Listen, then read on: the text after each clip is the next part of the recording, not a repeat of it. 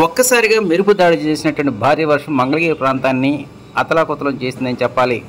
రాత్రి కేవలం కొద్ది గంటల పాటు పడినటువంటి భారీ వర్షం కారణంగా మంగళగిరి ప్రాంతంలో మరీ కీలకమైనటువంటి కాజా టోల్గేట్ వద్ద రవాణా అస్తవ్యస్తమైందని చెప్పాలి. ఒక్కసారిగా వర్షపు నీరు టోల్గేట్ లోపల రావడంతోనే కమ్యూనికేషన్ వ్యవస్థ భారీగా దెబ్బతింది. అదేవిధంగా చిన్నకాకని ఎన్ఆర్ఐ వద్ద ఉన్నటువంటి ఎన్ఆర్ఐ హాస్పిటల్ లోపల కూడా నీరు చేరింది.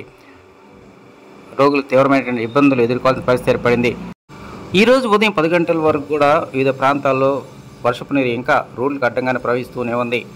చిన్నకాకని ఎన్ఆర్ఐ వై జంక్షన్, అదేవిధంగా మంగళగిరి బైపాస్ రోడ్ సమీపంలో ఉన్నటువంటి రత్నాల చెరువులో కూడా భారీ స్థాయిలో వర్షపు నీరు చేరుతూ ఉంది.